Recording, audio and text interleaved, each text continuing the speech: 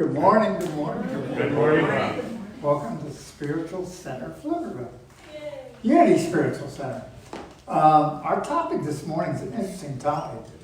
And it was prompted by somebody that asked a question last week. So it is, in the conversation last week, talking about who we are as individuals, if I remember correctly, the phrase I used was, "You're an immortal spiritual being," as well as perfect and whole in all those conversations. And somebody asked me, would you please expand on spiritual immortality? Which is a pretty interesting subject, so okay, we're going to do that. Also, somebody asked me a very interesting question. How do we discover God's highest calling for me, for us? So I'm going to answer both of those questions. It's the same conversation, believe it or not. So the idea here is that spiritual immortality, the idea behind that is you're a spiritual being. And as a spiritual being, you have always existed and will always exist. And as far as we know, the conversations or the teachings over the years have been that as a spiritual being, we came into the physical manifestation we call the earth for a lesson of some sort, okay? And we're to go back to the other side, whatever the other side is. It's the great mystery, if you will. But the spiritual part of us is immortal. I often ask, I will go into myself, into quiet time, and ask if I can conceive of myself not existing. Okay, have you ever done that? And if you stop and think about it, can you conceive of yourself not existing? People will tell you that we're here for a lifetime, and when we die, it's gone, it's over. But when I go into myself, I can't do that, and I don't know whether you can or not. I really haven't met many people that can do that, or most people don't want to talk about it, because it's one of those iffy kind of things. But if you look at the idea of we are spiritual beings, and if you look at John 3:16, which is quoted over and over again, "For God so loved the world that he gave his only begotten Son." Now we believe only begotten Son in a metaphysical sense is the Christ in you, that place where you are connected with God. So we have been given that connection, and then it says, may experience everlasting life. So at the spiritual levels, the Bible, we believe, tells us we do live immortally, or in a spiritual body, if you will. There's also other parts of the scripture that say that which is born of the flesh is flesh, and that which is born of the spirit is spirit. That's in John 3. And we're going to look at that. You know, John, by the way, John was one of the more mystical writers of the Gospels. And he is the one that brought a lot of these mystical truths into awareness. And he did say that which is born of the flesh is flesh, and that which is born of the spirit is spirit. Which pretty well delineates that as we are a spirit being and we are a physical being, and those two are different, if I can use that terminology. And generally, that which is of the spirit is what we call invisible energies, and that which is of the physical self is the visible energies. So what we see is the physical, what we don't see is the invisible. Now, if you take a look at that, everything is energy. You know, quantum physics, science has determined that everything is energy, and it's all at different rates of vibrations. And it's hard for me to believe, but this stand is nothing more than space with a whole bunch of molecules floating around. And the frequency of those molecules brings it all together and creates this matter, which is held into place by the energies, invisible energies of the universe. Okay? So if you look at that, the problem is we are trained in the physical energies. Everybody there? In other words, I was told if you see it, you can believe it. Okay? Everybody remember that? So if I can see it, I can define it, I can describe it, I can give it a name, and I know it exists because it has form. But are there other energies in the universe that we don't see? Yeah. On a very practical level, the energies of the radio and of TV. Anybody watch TV lately? Mm-hmm. And where does that image come from? Okay? It's an invisible energy. So there are visible energies and there are invisible energies in the universe. And Jesus is saying that which is born of the flesh is flesh or form, and that which is born of the Spirit is spirit or invisible. And so the problem becomes we have been trained in the physical. Everybody there? And we are so deeply embedded in it, we don't know that anything else exists. It's like when you tell people that love is an energy that expands itself in the universe, they look at you like you're crazy.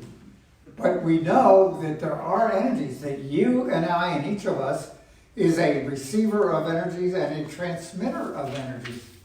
And that energy transmission is at the thought level or the emotional level, the feeling levels, and not at the form or the physical levels. So when we talk about spiritual immortality, we are talking about the immortality of the invisible part of us. Everybody there? This is yes, this is no. Now, in doing I had to do research, okay? I had to do research. And it's really fascinating to me. Because I went back and I remembered some stuff about Charles Fillmore, okay? Everybody ready for this? Yes. Charles Fillmore believed that we could live physically immortally. Hello? And he's talked about that through the age of 92, which is fascinating to me. He really believed, and he took into heart the word corruptible and incorruptible, which is in Romans 1, first chapter of Romans, when it talks about incorruptible and corruptible. And that we are incorruptible, we've been born incorruptible, and we have allowed the world to corrupt us with belief. So he felt that at the true essence of who we are, the Christ self, if you will, he believed we were born to live forever. Isn't that exciting? I don't know whether it's exciting or not, but he believed it. And it was kind of like, oh, golly. And I remember, way back when somebody had mentioned that, and I think it was Heart-Based Metaphysics or somewhere. And I had to go back and do the research. Now, he did die at the age of 94, so I can imagine how he felt. And I don't know why they said it. He was vegetarian up until a year or two before he died, and he started eating fish and he died. So, but that's a fact. So that's, again, history. So it's kind of fascinating. And just for kicks, I'm going to read Romans 1, some of it for you, not all of it. But it's like you really start reading the Bible. I have to admit, a lot of you know I was raised in a very fundamentalist household. We ingested the Bible morning, noon, and night in their interpretation. And it's interesting for me to have, going through my college years, anybody remember college when they wouldn't let you think any other way other than their way? But in that conversation, I'm finding myself going back to the very scriptures I read years ago with a different interpretation. And that's why the class that Valerie's doing Sunday morning is so valuable, Heart-Based Metaphysics, because it helps you understand what the words mean in a spiritual context. You got it? Because too many of us, we've been brought up in a form, we've been brought up to understand the physical part of it, but not the spiritual part of it. So there's a spiritual interpretation. Anyway, having said that, we're going to go into Romans, and I know where my glasses are today. Look, see? All right. So, and if somebody wants to read this, I'm not going to read the whole thing, but I do want to give you a couple ideas here. And this is Romans 1. I'm going to start in verse 21. For they knew God and did not glorify him and give thanks to him as God, but because vain in their imaginations and their hearts were darkened so they could not understand. So it's talking about man generally, okay? It all goes on, it says, and then it says, and while they thought within themselves that they were wise, they became foolish. Anybody familiar with that? Mm-hmm. Okay. And they have changed the glory of the incorruptible God for an image made in the likeness of corruptible man, and in the likeness of birds and four-footed members who died. So in other words, the incorruptible was made corruptible through the image created by man. So who are we? We're human, and we have images, and we have been given those images by whom? By the world around us, training us that everything is going to die. Okay, now I'm not saying that isn't true. What I'm saying is that originally, and very interesting idea, Charles Fillmore said that we were incorruptible and we allowed the world around us to corrupt our thinking. So it's an interesting idea. Now, here's the key, and this is something I have to follow up on. As far as we know, the only person that overcame death in history is Jesus. Yes? Now, there are rumors of others. I'm not going to go there now, okay? But the idea that he became invisible and made his body invisible and took it beyond the normal physical. Now, does that mean that we don't have the potential of doing that? See, that's what I want to share with you. Charles Fillmore understood the potential and was working toward that potential. But right now, we haven't had anybody break through that level. Would you agree we haven't found anybody that knows how to walk on water yet? We haven't found anybody that knows how to disappear, although there have been stories, rumors of people that have learned to levitate and people that have learned to disappear. So there's all these conjectures, but the idea here right now is we as human beings have taken the world, the physical world in around us, and we believe in the corruptible, if you will. Now, I don't know about you, but in my head is that whole, everything's going to happen except, what is it, taxes and death? It's kind of like, everybody knows that. Well, do we really? So the idea behind the immortal spirit is that you are immortal spiritually in the invisible level, and beyond that, we don't know. We haven't had anybody come back and tell us what it's like on the other side. But most of the training throughout history of the spiritual parts of our world have talked about life after death, and have talked about it in the concept, if you want to get involved in reincarnation, and those ideas. So we are spiritually immortal, okay? Now, that doesn't mean that we are physically immortal, but maybe the possibilities there is what I'm bringing in. Because I just wanted you to understand that. Because it really it went boing when I read Charles Fillmore. And it's not just once or twice. He brings it in often. He does. But I got a kick out of him that he finally left at the age of 94. And here's the key. What did he leave behind? Has anybody been to the village in Unity Village? What's it like? Heaven on earth. It's amazing. There are thousands of square foot of buildings there. And they are beautiful. The architecture is dramatic. I mean, it's what are they? The Italian tile roofs and things. And everything is sculpted. The gardens and the fountains down the middle of it are dramatic. Just the people that accumulate there. It's interesting, heaven on earth. 1,300 acres that was purchased earlier and during the war and during the, I'm trying to remember, in the 30s when they had the Depression, yeah. They just stopped and then started building again after that period of time. So what kind of legacy did he leave behind? And as far as I know, the last count I heard was like 1,200 different unity organizations throughout the world. Up there is one of the greatest libraries, at the metaphysical libraries.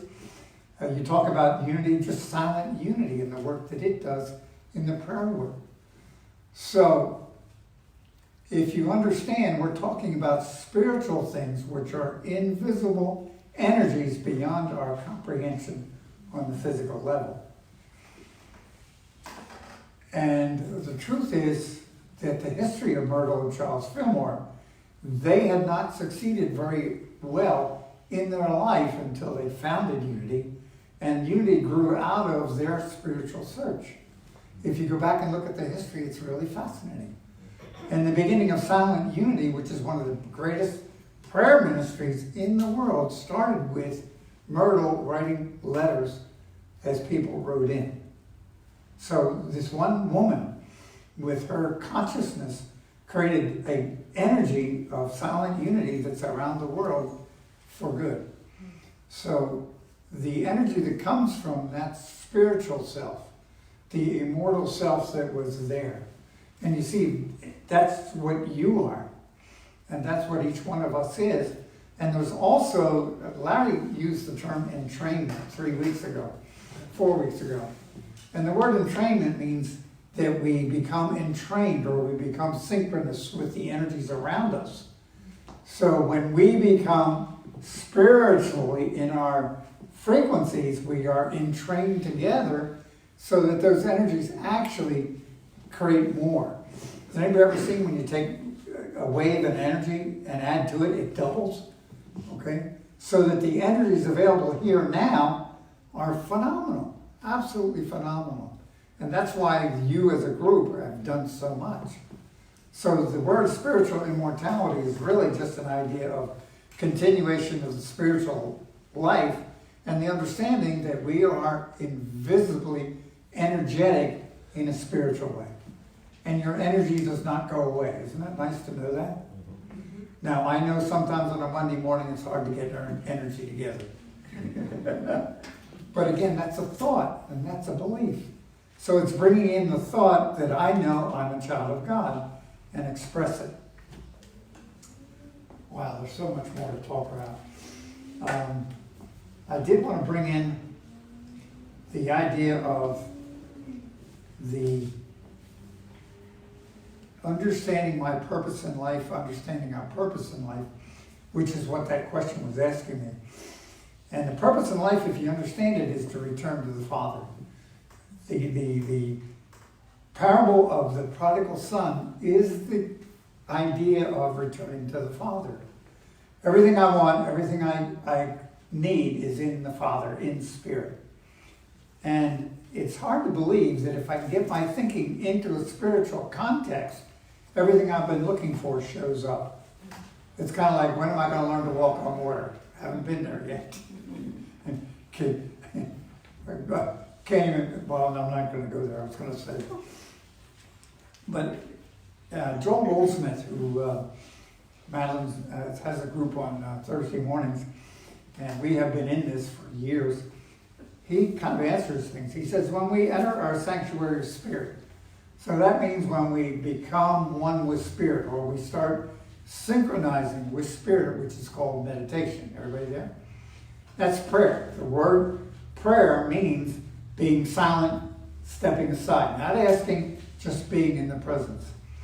And it says, when we enter our sanctuary of spirit, we must leave outside all worthy wishes, needs, and lacks.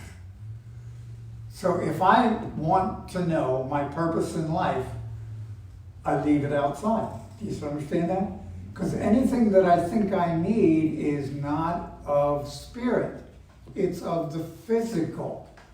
And it's that dividing line between what's physical and what's invisible or spiritual. We must drop the world, and the world is in quotation marks. So that means the physical manifestation, the material world that we're living in.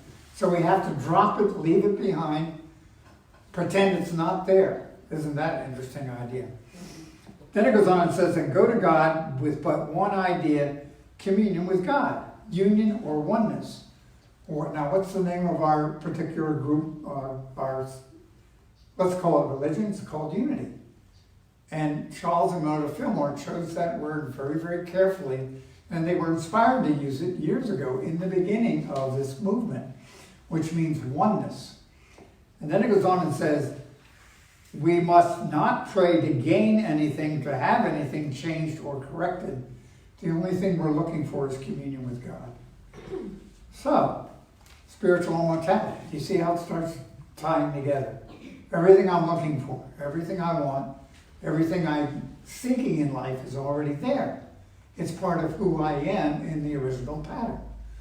Because if we go back to Genesis 1:37, it says, and God saw everything he created was good. which means you're good, nothing but good. So within each one of us is the perfect pattern of life unfolding perfectly and joyously with plenty of food to eat. I mean, look around you. It looks like we all got plenty of food to eat. We've all got a roof over our heads. Now, are there people that don't? Yes. But thinking makes it so. So it's our job to hold people in the light and see them as Christed beings who are capable of doing what it is that they need for their highest and best good. Helping them let go of the fear, let go of the lack, let go of the poor relationships, whatever it is that we're dealing with. It's like your prayer chaplains, and in a true prayer program, when you go to somebody with a request, their first step is to let it go, not see it. Just know that Christ is there and that you're taken care of, and that by the energies, the invisible energies that take us above the normal day-to-day raucous, I don't know where that word came from, but anyway, it allows us to rise above and become part of the Christ answer. Okay, so when I'm looking for my highest good and highest purpose, it's more my communion with God, letting go, stop worry. Anybody familiar with worry?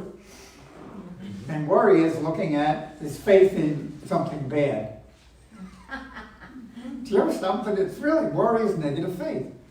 So it's positive faith, knowing that all is well, and that I and the Father are one, which is right back into what the master teacher told us. There's so much more. We could go on and on. Prayer with its conscious oneness with God always results in bringing forth harmony, peace, joy, success. These are the added things. It is not the Spirit produces or heals or corrects matter or the physical nature, but that we rise higher in consciousness to where there is less matter and therefore less discord. So again, the spiritual energy. So we are a spiritual being. We are a mortal spiritual being. And when we seek the spiritual and let's just say surrender, let go. The phrase we keep using is let go and let God. But when you let go and let God and know in faith that it's going to work out, that's when the energies, the invisible energies, take over. Wow.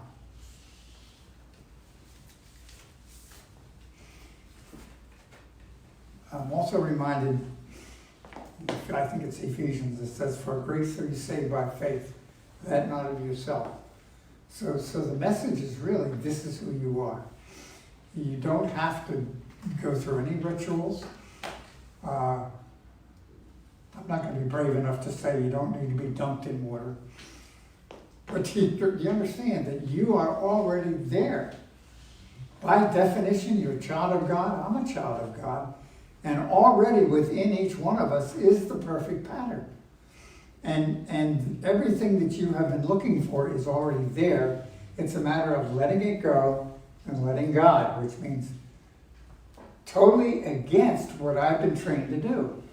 Some of you know that I spent years on the speaking circuit, being a motivational speaker, telling people how to do things. And it was always struggle. You know, what is it? I forget half the words, I really do. Thank God I got rid of them. But there's always that idea that you need to plan your future, you need to do this, you need to do that. And I'm not poo-pooing that stuff, I'm just saying, I'm learning now to let go and let God. And stop trying to control the cotton picking thing. Okay, so let's go back. There's a phrase, we are each immortal spiritual beings.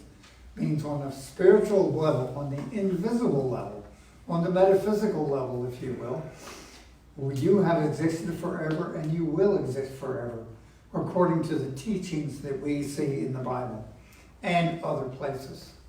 So you're a spiritual human being. If you're looking for purpose in life or anything, the thing to do is prodigal son. Go back to the father, or the prodigal daughter. Should I say that? Yes. we talk about that. But that's part of our culture. Our culture is so mesmerized by the way it should be that we forgot. We got to stop shitting all over ourselves, okay? And just be who it is that you are within you. And the only way to find out who that is to go back within. It's the kingdom within. And it doesn't mean out here, it means inside of us. So as we learn to meditate, as we learn to pray in earnest, and as we learn to let go and let God, life changes for the best. And the only way to try it is try it. So I kind of reached an end now. But it's kind of like, I just, sometimes, I tell Madeline sometimes, I wish I could get quieter and let all this junk go. Anybody ever sit down and your head won't stop? And that's the whole idea, is to get this to slow down and surrender to the Spirit within. So thank you for allowing me to voice my terms, my words. And please, I want you to voice your inner spirit, your inner voice, to really who you are. And thank you for sharing with us who you are. I love you. Thank you, Robert.